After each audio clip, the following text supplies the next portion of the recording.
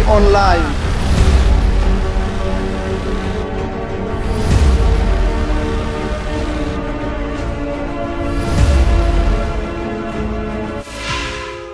Salut tout le monde, mwaramutse namwiriwe ku basanzwe badukurikirana kuri chaîne yacu ya Cool Bros TV.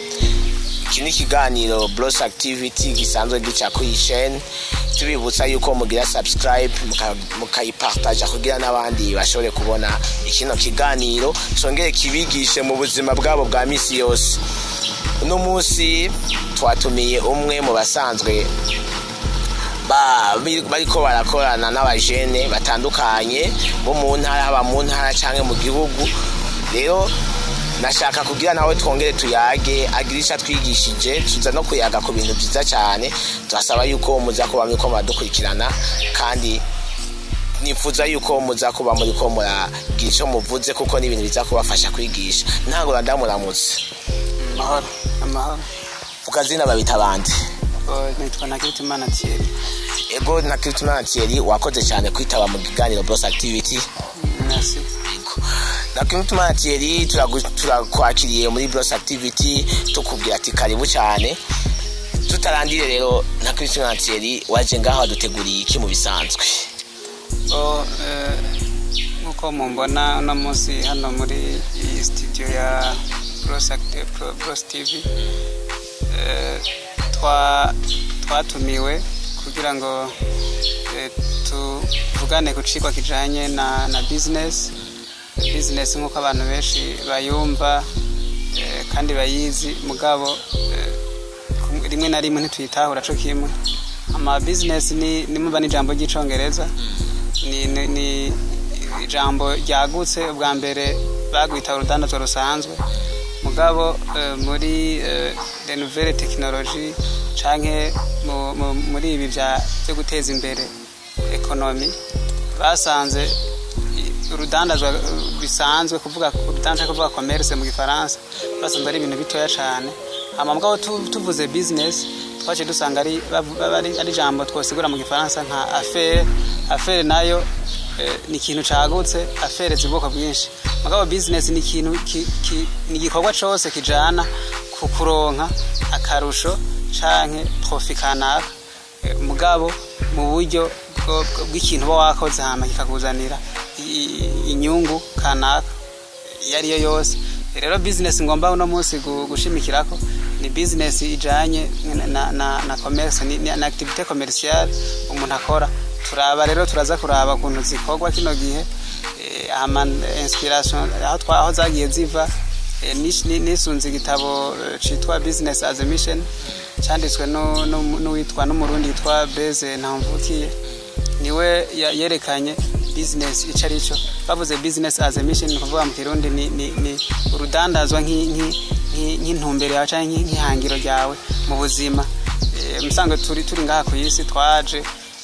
ntitwaje kuba abadandaza nkuko umuntu aca yumvira ati ni kuja gushira ibintu ku isoko ukagurisha hamukaronka amahera. Oya, twaje gukura ibiri muri twebwe, impano ziri muri twebwe zijanye no gutera imbere, hama tukazishira mu buryo bugaragara bw'amahera. Rero kenshi turiko turakora ibintu, hari abakora ibintu kugira banezereza abandi, n'abakora ibintu kugira ngo bafashe ibitwita œuvre humanitaire canke aide humanitaire. Mugabo turiko turavuga urudandazwa no kumenya ko ico ufise canke ukora kikugirira akamaro, kikugirira inyungu kanaka mu buzima, apana ko uzoba uri kurakora kugira ngo unezereze abantu. Bisanzwe business mu jambo rimwe niyo ntumbero rifise, niyo nsiguro mu bisanzwe. Ego urakoze cyane Thierry, uradusigura ikintu cyitwa business ko gikunda gukoresha cyane mu rudandaza, mugabo benshi bakunda kugikoresha iryo jambo, hariho n'abarikoresha batarizi. Ariyo ngora twe tukunda kugira cyane, ugasanga ndiko ndakora business mugabo sinzi business cyarico. Kandi watubwiye yuko uza go wisunze igitabo cyitwa Business as a Mission cyanditswe n'umurundi Ntamvukiye Blaise. Okay, iki gitabo rero amaze kucandika kuvuga yavuze yuko business ni mission, ni kintu tegeza gukora mu bisanzwe, kandi watubwiye yuko uza gushimikira kuri kubijanye na business commercial. Mbega hariho yindi business atari yo gudandaza isanzwe ikogwa? ni kuvuga ko navuze yuko iri jambo business ni jambo barajyaguye cyane kugira ngo ntirigume rivuga urudandazwa rujya ku isoko tubona ariko ribe ikindi gikorwa cyose gishobora kuzana akarusho kanaka rero uburusho murazi si samahera gusa muri commerce akarusho nuko ujanye umutayo w'ibihumbi 10 ucuzana 15,000 udandaje umva inyungu ikashiba 5,000 mugabo rero iyi ngira mvuge business yindi y'ubundi bwoko ni business rero zindi dufate nk'ubu tuvuze mu Congereza bavuze business class mu Congereza bavuze ikindi kintu gisigura ko ari n'urugero rwo gukora urudandazwa mugabo utariko urondera amahera ahubwo uri kurigisha then ishobora kuba ari ishure ryo kwiga ibijanye n'urudandazwa mumva nk'ico gihe urakoze business yo kwigisha abantu mugabo nta mahera baguhaye mugabo akarusho kabaye ko kuko bashobora kugushimira canke bakakubwira merci urumva iyo yitwa in affaire kanaka hama turashobora kuvuga business uri gihe uri muri affaire kanaka dufatira ariyo gufasha abantu canke uriko urasavinga the community uriko urafasha community kanaka nta mahera baguha mugabo baragushimiye rero akarusho kiwawe izikaza kuba uko kuntu bagushimiye c'est ça la récompense rero iniye irashobora kuyitwa business mugabo iratandukanye na yindi bita business commercial urakoze cyane cyeri kudusigurira ibijanye n'urutandukanye rusanzwe ruri mu jambo yitwa business none business commercial ariyo we twitwaje turiko turisunga kwinosa kugira tuze kuyigira iyo bikorwa gute ukeneye kuyisigura gute kugira abantu ashobore kuyitahura kugira no we karayira abashobore kuvuga ati bon iyi ni business yitwa nuko business rero ngomba nsigure ijanye no kudandaza ngomba ndayerekeze cyane ku bajene kuko nibo kazoza nibo dukeneye ko umwimbu w'impano bafise rero ivyo bafise bari bagira ko ari bidandazwa si kudandaza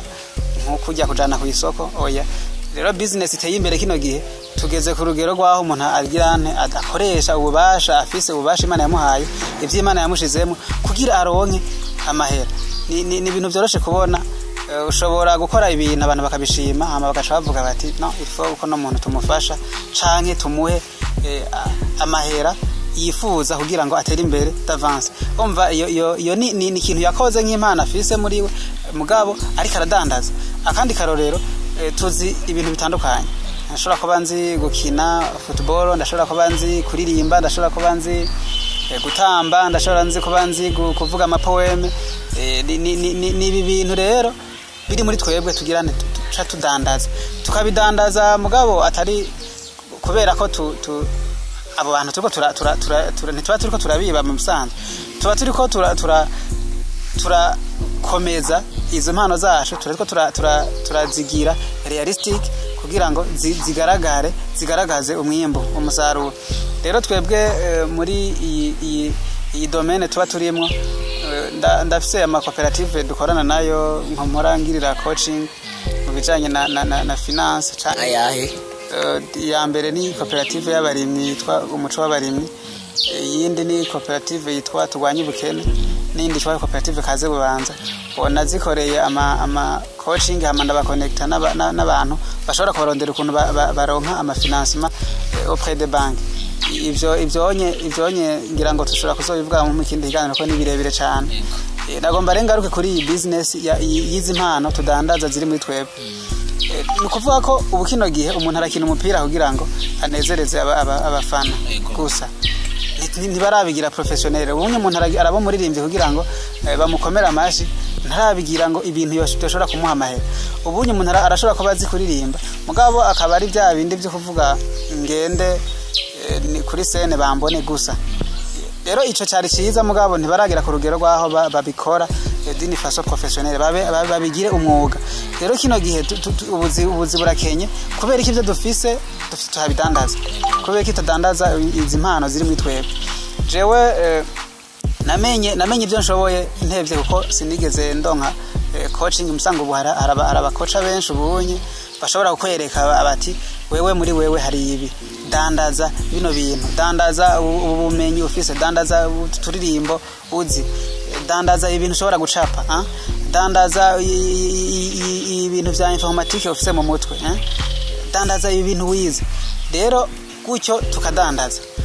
Urugero rwo kudandaza, ubuhinga bwo kudandaza ubunye mwebweho murabimenyereye, ubunye murabona baradandaza online, ama business online ubunye asigaye ari menshi. Nivyo rero niyo business twagomba kuvuga uno munsi, cyane cyane ku bajene bacafise imyaka myinshi yo kugira yo gukora ivyo bintu kandi navyo bigezweho. Rero tudandaze ibiri muri twebwe tubibyaze amahera, tubibyaze umusaruro. Urakoze cyane Thierry. Hari ikintu wavuze yuko business commercial yayikoze, mugabo hariho hakintu kitwa coaching. Coaching sinzi ko basanzwe bacumva uko basanzwe batacyumva uko kibasigurira. Hama kugira mbana yenda kubaza n'ikindi kibazo kubijanye n'ico kintu cha business coaching no kuvuga ni nk'umuntu abita umu facilitateur canke umuntu aza korosha canke aza kuempoweringa kuguha intege, kugutera intege. Hama rero umukocha ni nkakujya ko kuri match ya football abona umukocha agomba ati caha gira gutya wewe subira inyuma, wewe uri kukina nabi gutyo komsa. Rero umukocha niwe aza en cours d'exécution canke mu gihe gikorwa uri kuragikora akwereka ati kora kuno kandi n'igihe uri kurategura plan d'affaires yawe kugira uzukore abakuri impande akwereka gira uko ngahanye ibyo genda uko amutanguye naho nyene akwereka ati no ahanye banza hagarike gira uko niwe bita umukocha. Rero abanye bariko badandaza impano zabo ni byiza ko bogira abandi bantu akote bari beaucoup plus professionnel kugira ngo baronke kumbure baronke umuntu abereka abakebura komsa hama bakabandanya izo mpano zabo bariko barazironderamo ubutunzi cyane ibintu bishobora kubatunga. Hari ikibazo kizo kibaza kuko nico nashaka twinjiremo kw'ico kintu cha business yo kudandaza iyo business do commerce. Mugabo bavuga yuko hari umukocha ategeza ko ari karabukocha, mugabo hari umuntu ashobora kuba afite impano kanaka kandi wavuze yuko impano yose no dandaza kuko urayikora kugira ugenda kuyishikiriza cyangwa kugenda aze kugura ikintu kinaguhemba. Mugabo none bice bigenda gute mu gudasi wo mukocha? Bice bisaba yuko iyo mpano yawe yicarika cyangwa nyimba ugomba kudandaza kintu ukireke kuko atamukocha ufise. Kenshi abantu abakeneye abakocha n'aba bantu kenshi n'abajene bakiri bato kuko umukocha ni yaje hariho urugero ugerako utabukimukeneye kuko nawe uba wamaze kuba mire tuba wamaze kugera ku rugero rwiza haragiye utabukimukeneye. Rero abantu bakeneye abakocha n'aba bakiri mu ntango bakiri bato dufate nka club dufate igira ibya culturel club culturel nk'akarorero. Biragoye ko abana batoya bohita batangura bijya bintu ntiboshobora kuinova, ntiboshobora kumenya ibintu bigezwe, ntiboshobora kumenya ibintu bizoryohera abantu, ntiboshobora kumenya ibintu bizoba presentable imbere y'abantu. Kumbure badafise umuntu akuze ashobora kubereka akabahanura boshobora kubigira nabi. Rero abantu bakeneye abakocha n'abakiri bato urambaje uti none utamufise umukocha utaronse umukocha yoca abigira gute? Yoca vyicarika? Oya ntiyo vyicarika, ahubwo arakora hanyuma akoze akarondera umuntu agahanuza, ashobora guhanuza mu bagenzi no mu bagenzi bashobora kuronkayo abantu baguha amayide agufasha. Mu gihe utaronse umuntu ashobora kugukubera permana kwamarika impande yawe ntushobora guhagarika. Rero ngo abajene bose kino gihe batumiriwe kugira kudandaza impano bafise kuko nta kindi kintu Imana yabahaye, nta kindi kintu gishobora kutubesha kino gihe uretse ibintu dufise muri twebwe. Urakoze cyane nuko utumira ko abajene botangura gukora ama business yabo. Mugabo sinzi yuko ari business commercial nkuko twebwe tubandanya nkuko twajinga kuko uri aricyo badusiguriye cyangwa twokora business zose zitandukanye mu gihe ubona yuko business ishobora kukwinjiriza. Sinzi yuko rero business nkuko bazisiguye umuntu wese ari kuri kuzikora cyangwa ari kuri gukora iyo commercial kugira ashobore kugira icyo yobyazamo umusaruro mu bisanzwe. Abantu bakiri bato musanzwe barakeneye amahera, baracakeneye ibintu bishobora kubatunga muri kazoza. Musanzwe abantu bakiri bato ubu kino gihe ntibotanga ibintu kuri gusa, sigiza ko botanga ibintu kuri gusa, ikintu cyose bokigira urudandazwa ruca rubazanira amahera ubwo nyene. iyindi business itaca izana akarusho k'amahera ndiko ndavuga iyinye kenshi ni y'abantu bamaze kuronka batakikeneye ahubwo nabo bageze kuri gukora amafere yo gufasha abandi bantu bakeneye gukora business ifasha abandi bantu ugasanga bobo recompense yabo ni iki nukuryoherwa n'ivyo bakoze nugushimirwa nugukomerwa amashi ushobona urugo rugera abantu babageze rero mugabo abajene ni byiza ko dukora izi business zituzanira amahera direct ibyo dufise tubidandaze dufate dukora udandazwa ruzana amahera rurikura komsa Thierry bakoze cyane imbere yuko turangiza hari ikintu wavuze yuko ibintu biko dusigura bya business wabisomye mu gitabo cyangwa n'umurundi yitwa Blaise ndasaba yuko duha capitile zime gato y'icyo gitabo kugira ngo nuza kumva yumve yuko nutashoboye kumva ibi wasiguye akabyumvise neza ashoboye guhiga icyo gitabo nyimba ashobora kugikura kuri Google sinzi ko cyo bakiriko mugabo aho yogikura hose ashoboye kugisoma kugira ngo abandanye asoma ibintu bya business abandanye bitahura cyane gusumba ego sinzi yuko duhakariza gato imbere yuko tuca turangiza kico gitabo canditswe na Blaise Ntambukiye navuze ko gise titre ya business as a mission yagerageje gusigura iby'Imana yadushizemo kuva ko yabishize mbere mu ijambo ry'Imana yarashizeho n'amaverse biblique dushobora kuyisunga yerekana ko ahubwo nimba turiko turakora nimba turiko turadandaza impano Imana yaduhaye turiko turakora amakosa dushobora no kuba turiko turacumura utabizi kuko tureka gukora dukoresheje iby'Imana yaduhaye twaje kwidoga ko dukenye rero turiko turakora yatanze akaroro ka kijya verse biblique ivuga ibijanye n'ama talent cyangwa amataranto Imana yahaye cyagihe bahaye amataranto abantu bangahe baragenda gucuruza umwazana umwara arunguka uwundi ntiyazana namba yatanze kaya karoro rero muri twebwe dufisemo amatara ibituta amatara ibituta Imana burya ntibyavuye handi Imana yabirushizemo wowe rero avuga ati rero tube abantu bama ivyamwa nuko bijye Imana yadushizemo twerekane inyungu yavyo apana ko tuvyicarika burya uriko bicarika izimana ni nkuko wofata za talent ukazishira ahantu ukazigumizaho ntizunguke namba rero wewe muri business as a mission yashatse kwerekana ko dufise mission ngahanye yo kugirana yo gukora produit kugira ngo turonke amaresultat ashobora kugirana kutubesha kudutunga wewe niyo ntumbere yashatse kwerekana ko umuntu yaremewe afise mission kugira ngo gukora kugira ngo aronke le bénéfice aronke les résultats urakoze cyane Thierry mwebwe twashaka rero turangize mu gukira utanga impanuro kubijanye n'ico gitabo wasomye kubisanzwe n'ibyo warusanga uzi muri business mugabo ushoboye gutanga impanuro ku basanzwe ariko baradukurikirana ashobora kuvuga ati impanuro je nubwo ntatahuye neza mugabo ku mpanuro amaye ndumva yuko nshobora kuba notangura nkakora kuko mfise intango mfise n'uwabinyigishije nkuko wasanzwe utubwiye yuko uri umucoach ego na coaching yawe nibaza yuko ni yari coaching ariko atugirira ego impanuro jewe notanga kuri ibi byose bijanye na business majambo make murabona kino gihugu turi mu gihugu kifise les jeunes chômeurs benshi dufite todo chômage nini rero kenshi ibibazo abantu bari mu bunye byinshi bigaruka ni mbega iyi chômage yohera gute abajene bogira ntiboronka ico bakora gute mugabo basanga bagifise muri bo urumva ko navuze ko basanga bafise muri bo ivyo bashobora gukora kandi binye benshi barabizi mugabo barafise ingorane imwe yo gutangura rero impanuro no abantu ni yuko botangura hama unanigwa haro n'abavuga ngo byaranse batigeze banatangura rero impanuro no tanga nuko abantu botangura ikintu cyose wumva ushobora tangura hanyuma abantu nibaguca intege wongera usubire abaguca intege iyo babone kurakora ibintu ntibabura mugabo nibatangure bakore ego ndashimye cyane Thierry kuba watwitavye muri kino kiganiro Boss Activity wakoze cyane merci akoze na tibaza yuko nundi munsi tugukeneye tuzokuronka nzoza kabisa n'imana urakoze cyane cyari kiganiro Boss Activity musanzwe mukurikirana kumbonesha kure yanyu online kuri Boss TV mari kumwe na Alain Derikira dukunda inyuma ya kamera ndi kumwe na Frank Brice na Piero ndabashimiye cyane mubandanye mugira subscribe na partage kugira mushobore kuronka ama video menshi atandukanye murakoze cyane